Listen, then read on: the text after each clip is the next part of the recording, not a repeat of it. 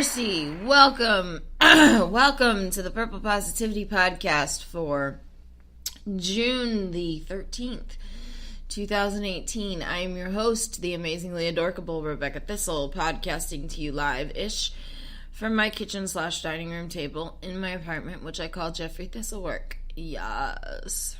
Yeah, I'm still kind of phlegmy and bleh. And I'm tired too. I got to bed early last night. Well, early-ish. Normally I'm in bed by about 8 or 8:30. But I got on the phone with someone. And that was fun. So, we didn't talk for long, but we talked a little bit. And then I guess he assumed that I was in bed, which I was. So, yeah. Monday night I didn't sleep hardly at all.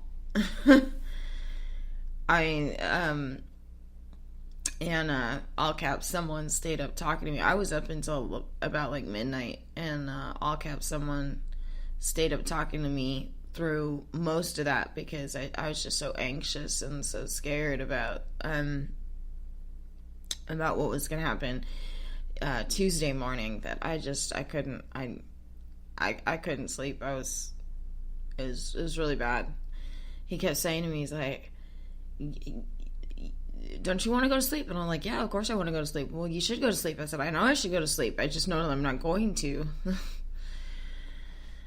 So finally around about midnight, he said, look, sweetie, you've got to try and get some sleep. And I said, okay. So I got a little bit of sleep and got done what I needed to get done. And it was actually better than I thought it was going to be. But it wasn't it wasn't as great as it should have been. I should have walked away from that situation going, okay, things are going to be okay. Instead, I walked away from that situation feeling like shit. Not because things went the way that I wanted them to go. Because they did. They went exactly the way I wanted them to go. And I think that the way that this is played out, excuse me, is going to be better than anyone could ever imagine, let alone me. I think things are falling into place so that I can get my life back on track and make it better for my son in the future. And I don't really want to get into the specifics and the details of what's exactly going on because I'm still not really ready to talk about it and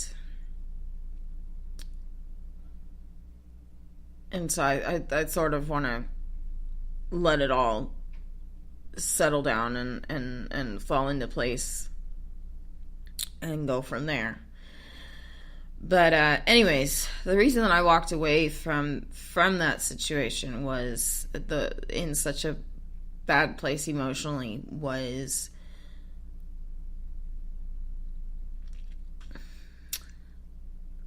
my stepdad. My stepdad and I have a very difficult relationship. I have two father figures in my life, and I have very complicated relationships with both of them. And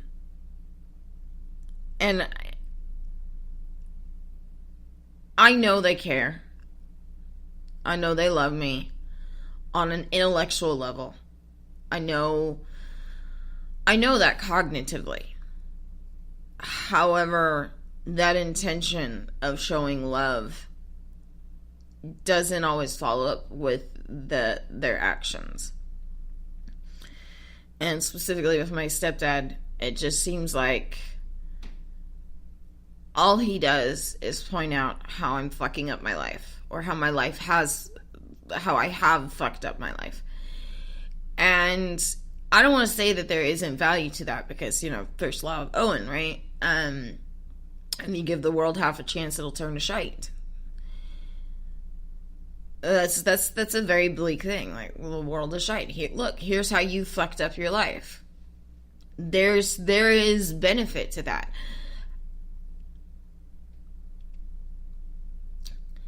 And the only way you're going to get the benefit from that is by following that with the second law of Owen, which is, if you've got the heart and the determination, sometimes you can clean up the shite. So my stepdad,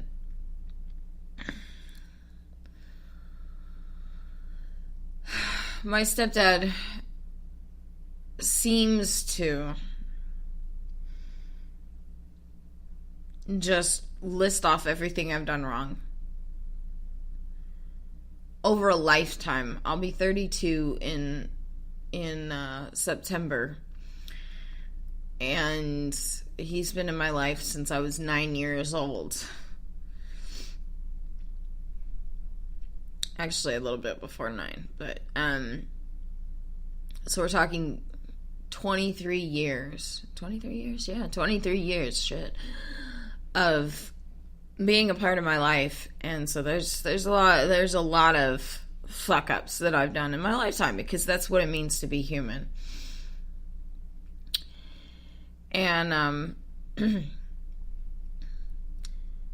it's just listing that, and there's no follow through with, here's how you can turn it around. Here's how I know you can turn it around, because XYZ, because you're strong, because you are intelligent, because you are determined, because you are a good person at your core. You've made a lot of mistakes. Here's all your mistakes, but here's here's how you can turn it around, because I believe in you, because I have faith in you, because I love you. That sort of thing.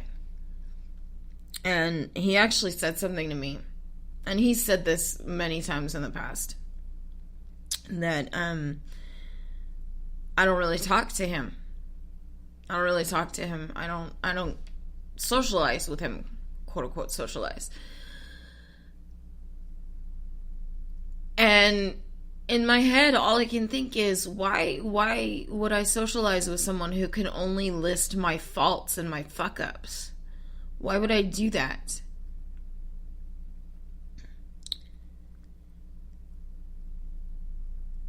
Why?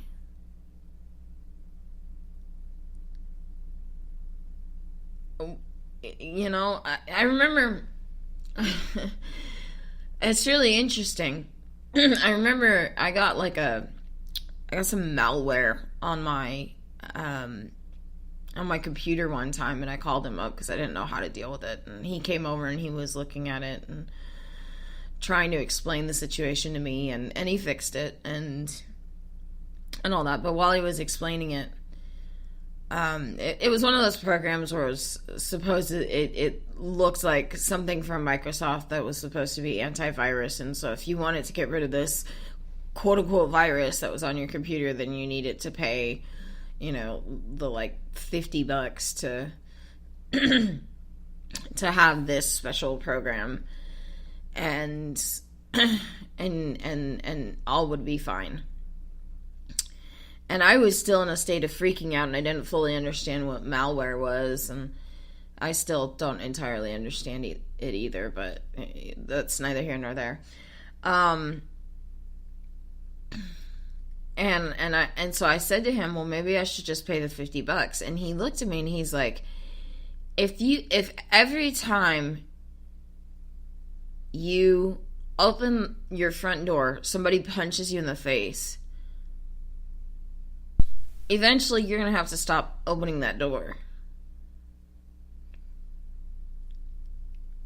And that's how I feel when it comes to talking to my stepfather.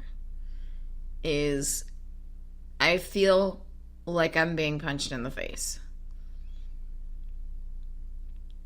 And I know that's not his intention. Again, cognitively, I know that.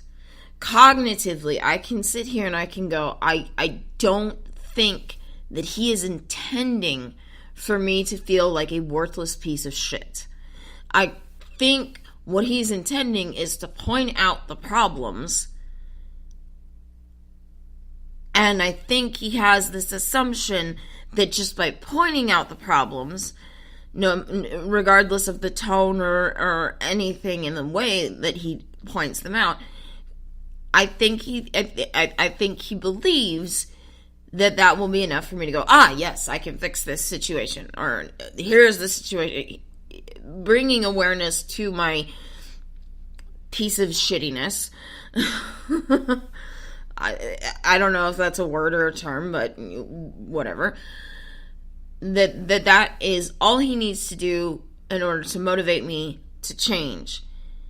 Problem is, that's not what's happening. Is all I hear is, you fucked up your life, you're a worthless piece of shit. He's never actually called me that. Let me just be clear about that. He's never actually called me that. That is my own interpretation of what his message is. That's my own interpretation. That's not what he actually says. What was I saying? Oh, what I hear is, you fucked up your life and you're a worthless piece of shit. Period. End of story. And so I've been thinking about this ever since I walked away from the situation yesterday. I've been thinking about this nonstop. And I know that I'm just as guilty as anybody else of doing this. I think this is a very human thing that we often get caught in our own thoughts because we're with our own thoughts 24/7, right? We get caught up in our own thoughts, and at some point we assume that everybody else thinks and feels the same way that we do. And so oftentimes we miss out on the follow through or neglect the follow through. And so if we have this way of going, okay, if you just point out the problem to me, I know how to fix it, and I will get off my ass and do it, then we assume that everybody else, if you point out the problem, they're the same way. That, oh yes, that's the problem, let me get off my ass and fix it. But not everybody's like that. And so I know I'm just as guilty of my intentions of my words